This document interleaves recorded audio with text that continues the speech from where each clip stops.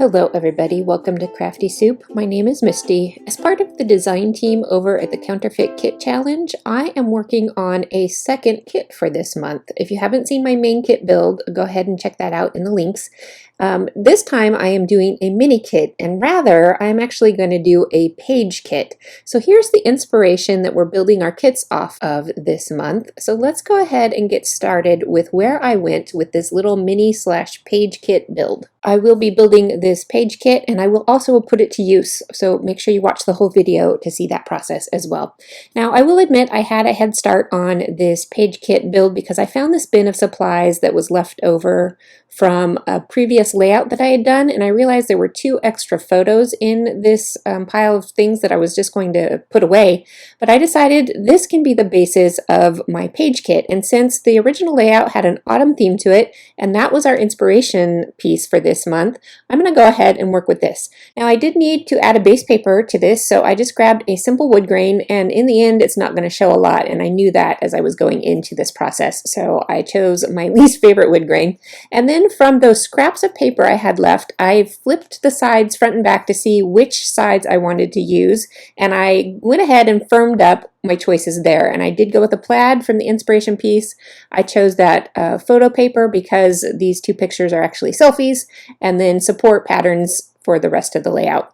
I did go through the embellishments and narrow it way down to just a few pieces that would work for possibly this page, and that way I have this small page kit and I don't feel overwhelmed by having too many choices. And this page will be a companion but not be matchy-matchy to the original page. Now, as I build my layout with this page kit, I wanted to kind of mimic pocket layouts. I really like the idea of pocket pages, but I always feel restricted by the orientation and the layouts of the pockets. So I put my photos down on my base page, and I trimmed the photos down 1/4 inch on both the height and the width to mimic those gaps that would be left in the pockets. And now I am going about filling those empty spaces as if they were pockets. Now these aren't going to be typical pocket page sizes, especially that strip down at the bottom, which ends up being like 2 inches by 8 inches.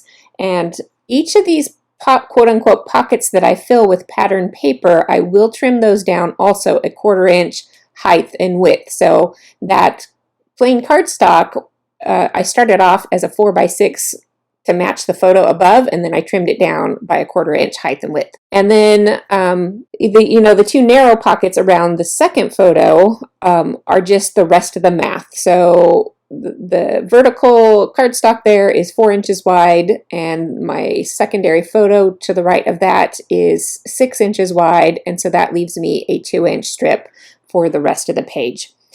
And then that top space, I couldn't decide if I wanted to cut it down into several pockets or if I wanted to go ahead and kind of work it as one big pocket. And I decided to leave it one big pocket for those camera prints to really read well, because like I said, this is these photos are selfies, so that camera print made sense there. And now I'm setting about using the rest of the pieces from this page kit to spruce up each little pocket area. And because I am kind of taking each zone as its own little layout design, that way I don't feel overwhelmed by looking at a whole page. And I will come back to the layout and make sure I have some repetition going across the layout. Now here you saw me add some circles to the top and a circle to the bottom, so that's one of those elements that I'm going to be sure to repeat across these quote-unquote pockets. And as I'm moving around between the different areas, I'm trying to see what's inspiring me through the different areas, and if I'm feeling stuck, then I'll move on to another pocket and work over there before I bounce back. So that's why you see me moving around. So this cardstock pocket on the left, I'm going to use as a journaling space. Makes sense with the cardstock, and my companion page also had journaling on that cardstock, so that made sense as well. Now here are some circle elements that I'm adding to this journaling block because there are circle elements going on in the other spaces. And then I moved to that pocket on the right, and at first I thought I was going to put that butterfly somewhere else, but I decided that would make sense on top of that pocket. And then I add the last few bit of embellishments to the various areas of the layout, and then that's it. I am ready to start adhering all of this stuff down. So at this point, it's just a matter of getting everything glued down. Then when I'm working on this upper pocket, I am sure to move any embellishments that I put up there around the camera, so those cameras are still showing up nice and clear as part of that element of the pocket. And then because my embellishments were a little bit on the large side, I did offset them with those circles so that you could still see the circles in the background.